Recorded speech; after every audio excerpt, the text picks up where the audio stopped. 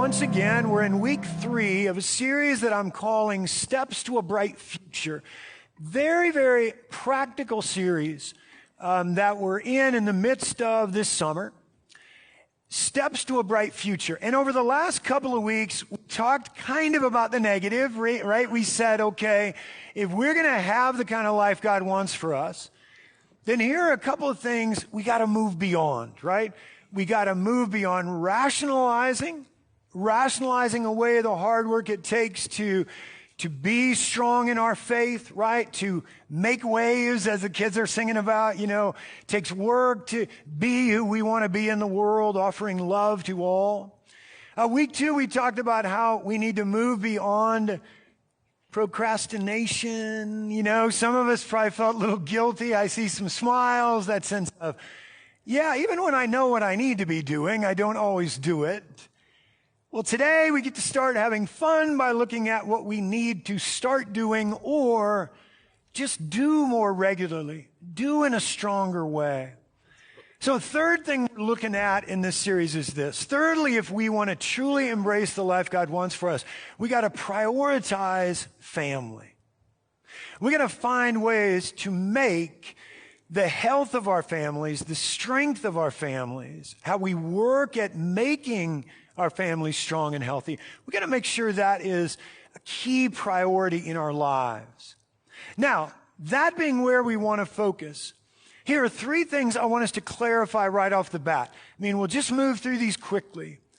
But I think it'll be better if we're kind of all on the same page. So process these for a minute. 3 things I think it's important for us to clarify as we move into this. First off, here's how I want us to think about family, or we might use the word define. Here's how we're going to define family today. Might not be the definition you're expecting, okay? So see what you think. Family is a wet towel on the floor, milk left on the counter, chores left undone, lights left on, the heads up phone call, honey, I'm going to be late, that never gets made. Are you with me? Families are messy in a whole lot of ways, but that doesn't make them unhealthy necessarily. Now, why do we start with that point of clarification? Because today we're not coming together to say, Lord, help me have the perfect family. I'm not saying here are some things if you work on them, your family will be perfect, right? What we're talking about is health. With my 2 boys, when I think about whoever they might end up marrying someday, right? The main thing I'm always thinking about is health, health, health. If they can be emotionally healthy, relationally healthy, spiritually healthy, that's the thing, right? So what we're talking about today is saying, okay, God, what are some strategies we can embrace in order to make sure our families are healthy or healthier at this point? Second point of clarification is this. When we start talking about family, different images come to mind for all of us, right? We haven't all had the exact same experiences, right? We didn't grow up in the same families. Even now, as we think about how we're raising kids, how we're caring for grandkids, how we're just dealing with family today, the reality is it's different for all of us in terms of really that relational, emotional experience we've had. So what I hope you will do, a little bit right now, but then today, in the week and in the weeks ahead, get in touch with what family feels like to you. Why? So you can get the most out of these things we're going to talk about. Some examples maybe will help. Some of us grew up in really, really healthy families. And guys, when we talk about that, that's not better than, it just is, right? Some of us grew up in pretty healthy families. So when we look at what we're talking about today, some of us are going to be saying, I remember us doing that, right? I know how that helped me growing up. Oh gosh, we're already working on those things in our families today, whatever they might look like. Truth is, though, this is not lesser than. This is not a judgmental statement. Others of us, and there's some of that in my life, definitely, others of us grew up in families that weren't quite so healthy. So some of what we're going to talk about, I hope for some of us might be eureka, right? I hadn't thought about that. You know, if we think about that more in our family, we're going to be healthier. Some of this, again, might be new for you, so especially go deeper into it. And then a final point of clarification. I know we know this, let's just say it. Families do not come in all shapes and sizes, right? Some of you are going to be listening to this today, and you're going to be thinking, family with young children, right? You're going to be thinking about that journey. You're going to be thinking about kids at home, preschoolers, kindergarten, elementary, middle school, high school even, right? You're going to be thinking in those terms as you apply what we're talking about. Man, that's important. But others of us need to understand this message isn't just for those young families, right? It's for us as well. Some of you, when you think about how these things will apply, you'll think of the relationship you have right now with parents. I mean, some of us are caring for parents right now in ways we kind of anticipated, you know, but until we got to this point where our parents got to that age, and now as they loved us, we're now trying to love them, you know, taking care of some things in their lives. As you look at these things today, apply it to that aspect of family in your life right now. Some of you, as we gather as grandparents and as great-grandparents, and again, this is not a negative, it's just getting in touch with where you are. Some of you as grandparents and great-grandparents, in some ways, you are raising your children and your grandchildren. Again, not a judgment call. It's where life has led you. So really apply these things we'll talk about to that aspect of how your family is constructed. And then others of you, you know, you may be thinking, okay, I have grown children now. That's me. That's my wife, Sarah. Just because your children maybe live far away now, even if they have their own kids, you still are called to be an influence in their lives. And so think about what we're going to talk about today and apply it to those relationships especially as well. And have I covered every shape and size? No. So you be assessing that as well in your life. But think about what your family looks like now, that you might apply what we're talking about in a very specific way. Those being the points of clarification. Here's what we're going to do today. We're going to look at 6 characteristics of healthy families. 6 things we're going to find in families that are healthy. I assure you, if you're here for a first time, I don't always say, okay, here are 6 things. This will do it for you, because I don't want us to think in that simple a way. But once in a while, not a bad thing to do. So we're going to move through these things today. 6 things that can make our families healthier. Prayer for all of you today is this. As you embrace them and move forward, you will find your family, when it comes to health, moving from pretty good to really good, moving from really good to great. 6 things. Here's what they are. First off, healthy families, simply put, and you can't leave after this one, but good to start here. Healthy families, simply put, have fun. You know, it's what we're called to in so many ways as God's created. Meaning a home is a place where laughter is heard. Home is a place where children want to be, their friends want to be, grown children want to be, grandchildren want to be. I mean, just all of that, right? I mean, in other words, you know, family is a place where that's just the spirit you're going to find if the family's healthy. So ask yourself initially, sound like who you are right now? And please do not beat yourself up with any of these. Just go, okay, might need to work on this one. In fact, if as you process that a bit, have fun. You know, if you're thinking, I don't know that we're truly there. I don't know if we prioritize this enough as we try to prioritize our family. If that's the case, then maybe these are a couple of things that can help you. For example, one way to boost your family spirit is to simply do this. Take this to heart today. This applies to a bunch of us. One way to boost your family spirit is to simply do this, to just slow down at times in the midst of all that life's bringing. Is just to slow down at times, even if it's just once in a while, to at least make sure we program that in, right? Because we can't have fun if we're just running all the time. We can't build that spirit of joy if we're never really totally engaged. Writer Charles Swindoll, he writes this about how at one point in his life, man, too many commitments, too little time, and his busyness was getting in the way. He writes this: at that time in my life, I was snapping at my wife and our children. I was choking down food at meal times. I was feeling irritated at unexpected interruptions through the day. I won't have you raise your hand, but some of you are thinking, yeah, you're trying not to smile. You don't want to give yourself away, but you go, yeah, I know that life, right? He says, before long, things around our home started reflecting the pattern of my hurry-up style, and it was becoming unbearable. I distinctly remember after supper one evening, the words of our younger daughter, Colleen. And again, I know some of you can think as I share this, man, I've learned things from my young kids. I've learned things from my grandchildren. I distinctly remember after supper, the words of our younger daughter, Colleen. She wanted to tell me something important that had happened to her at school that day. She began hurriedly. Daddy, I want to tell you something, and I'll tell you really fast.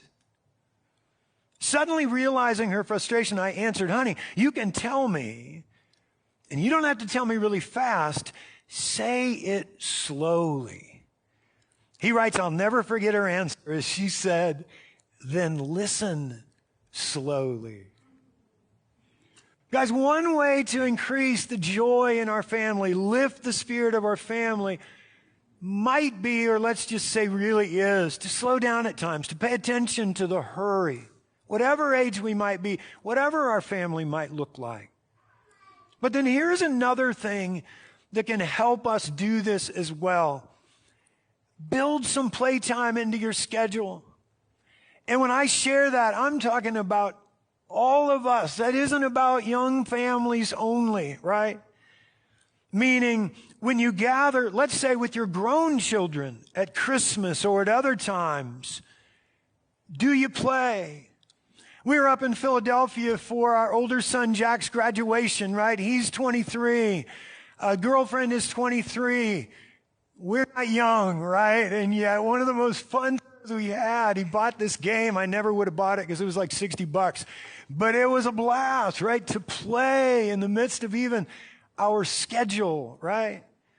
When your middle schooler, when your high schooler says, hey, I want to shoot baskets. I want to go biking. Do you play? And some of you might be saying as grandparents, what? So find another activity, if there's something that fits you better. But then another thought would be, and man, I wish I knew how many games we played.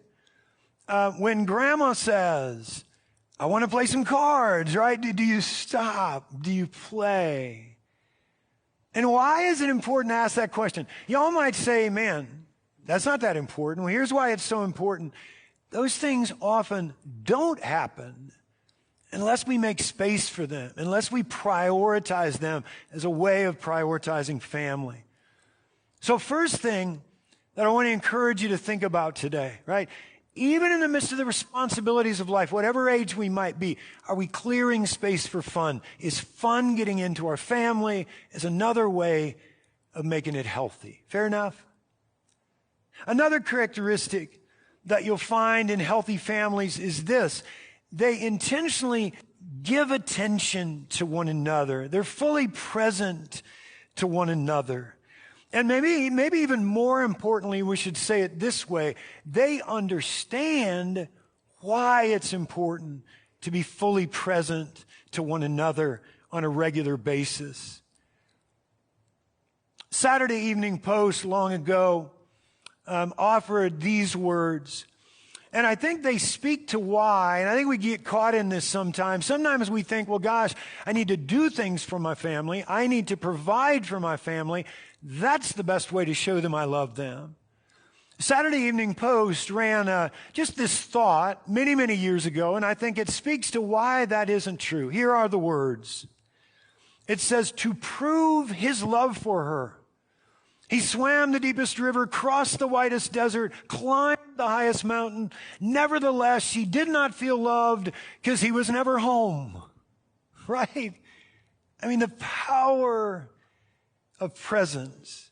Now, one of the things that can help us with this aspect of prioritizing family is this, creating more of a formality out of welcoming in our family. And think about this for a minute.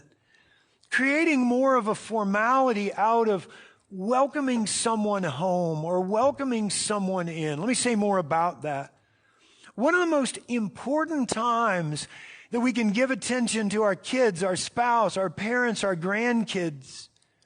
One of the most important times to give attention is when they first walk in the door, whether that's a regular occurrence or just happens periodically, or again, for moms and dads, it might be when they first get in the van after school, right, or something like that.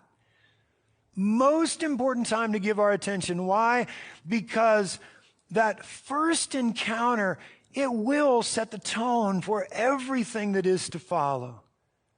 So a first thing that can help us with this is just learning to better set aside our own stuff so that we might welcome better. But then this can help us as well. Listening without interrupting. Listening without interrupting. I think we'd all agree, man, if we want to prioritize family, if we want to give attention in family, then listening is going to be critical. So secondly today, ask yourself, is giving attention another way you're prioritizing family? And if not, what are some things that can help you with it? Be that listening or welcoming or whatever else might come to mind. Here's the third thought today. Thirdly, healthy families also do this. They create and treasure memories. They create and they treasure memories. In Deuteronomy chapter 4, verse 9, we find this. Don't forget the things your eyes have seen or let them slip from your heart. Instead, teach them to your children and to their children after them. Now, while some of the things, when we think create and treasure memories, while some of the things are probably going to be very, very obvious, if I had to say something to the person next to you, what can help you most to create and treasure memories, you probably would say, having my phone out whenever we're doing anything, right? I need to take pictures. But remember the other part of that, we got to find ways then to intentionally look at them. So some things are obvious, and that would be one. But then here's something, just as another thought that's not quite so obvious, that I think can do this as well. And again, the younger your family is, maybe this is something to start doing in order to build this up before you come back to it later. But another thing I think that can help us when it comes to create and treasure is this. Revisiting some of the places from time to time that hold special memories for us as a family. Coming back to some of the places that have created a lot of memories for us. Many years ago, when our kids were really young, I talked about a 23-year-old who at that point was probably 7 maybe when we started doing this. But even though we lived over in Brandon, we found our way over to Daytona to a resort, and for about 7 or 8 years, same place, usually every May. Our kids got out of school earlier than other kids did. So it was pretty nice to run over there. It wasn't as busy as it would be at other times. But for like 7 or 8 years, we went to the same place. And here is the beautiful thing. Year 2, before we ever started creating memories, what did we do? We treasured memories from last year, right? Because you couldn't help but do that. And so building memory upon memory upon memory. you might think about as well when you think about, man, to be a healthy family, a strong family, we got to create and treasure.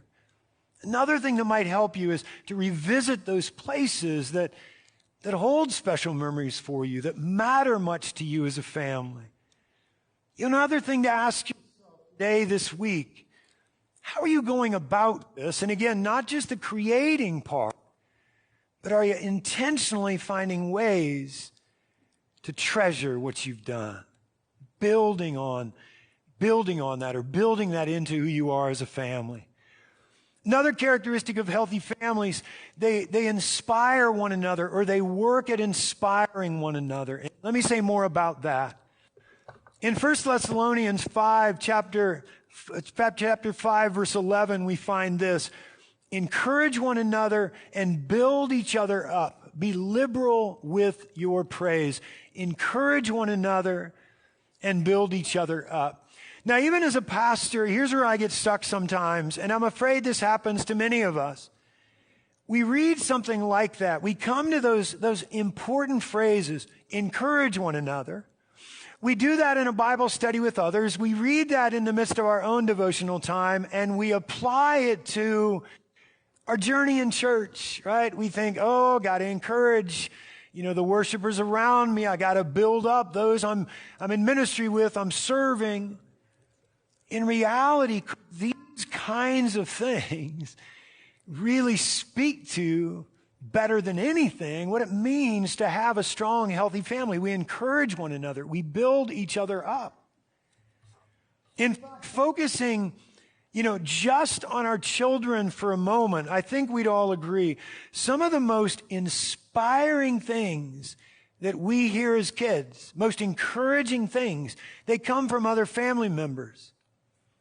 Sadly enough, though, those are often the most damaging things we hear as well, which simply reminds us, man, when it comes to creating a healthy family, words of inspiration matter. Are we focusing on those enough when it comes to our relationships?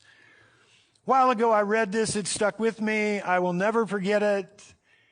The author writes, everyone needs recognition for her accomplishments, but few people make the need known, quite like the little girl who said to her mother, Mom, let's play darts. I'll throw, and you say, that was amazing. Now, I want to say, while few family members will state it that obviously, again, those of you with young children, with young grandchildren will say, nope, that's exactly how it works. But either way, what do we know beyond a doubt? Encouragement and praise, critical part of having a healthy family. So ask yourself as well today, in what ways are you inspiring one another? In what ways do you find building each other up? In what ways do you find that just a natural part of your walk together? If it's not there enough, that building up, that encouragement, then today, in the week ahead, and in the weeks ahead, just prayerfully consider how you might more and more build those in to every fiber of your being as a family.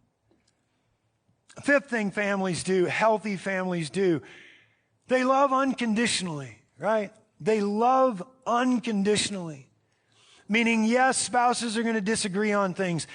Kids are going to misbehave and need to be time-outed. There will be conflict that springs up from time to time. And yet, even in the midst of all of that, healthy families find this always to be true. None of that changes how they care for one another. If we were to define the love that we most see in our world today, won't have you do this, but I'd be very intrigued if you said to the person next to you, here's how I would define that love. If I told you could only define it with one word, I wonder what that word would be. But I think when we look at the world, the love we find in the world around us, if we had to define it with one word, it would be conditional, right? For the most part, again, not being judgmental, but for the most part out there, we'll find people not saying, I promise to love you no matter what. Instead, we find people saying, I promise to love you as long as you do this and this and this. Knowing that that is the case, what do we need to do as we strive to prioritize family, as we strive to be healthy as a family? Often we got to look at ourselves and we've got to say, how are we loving each other? Is conditional love creeping in a bit? And again, think about how our families are constructed, wherever we might be in the midst of life right now, to just ask, is conditional love creeping in part because that's what we see each day? If so, God, help me get back to the unconditional. And then a final thing that healthy families do is this, and while I list this last, of course it's foundational. Of course, while I speak of it last, it's first. It's what we must do in order to really take on these first five. But lastly, healthy families do this. They yield themselves to God. They yield themselves to God. And all that means is this. On a regular basis, they simply ask themselves this: who does God want us to be as a family? Again, if you have young children even, it's interesting. I think about what they've just experienced here and what I've heard from them at story times. You may think, well, my kids are too young to answer that question. Who does God want us to be as a family? They might bring some of the best answers, right? But healthy families, they're just willing to ask that. Who does God want us to be as a family when it comes to what? When it comes to how we have fun, right? How we give attention, how we treasure memories. Who does God want us to be as a family when it comes to how we inspire one another, love unconditionally? And as they ask and then listen, what happens? They are able to hear more clearly, okay, this is God's will for us. And so a final question, is God a major part of who you are as a family right now? In part because you are yielding yourself. You're yielding yourselves to Him. Guys, what a gift it is to be with you in this way always. What a gift it is for each of us. A gift to God. To say, God, thank you for your word. Thank you for what you've led us into. I do pray this day, next week, in the weeks ahead, man, go deeper into these things. Online, you can find some reflection notes. I think those can be helpful as well. But if this is your first time, you will hear me say this time and time again, pretty much every Sunday. Others can tell you, man, we got to take what we experience here. We got to apply it to life. I pray you'll do just that. Let's go to God in prayer. Let's pray.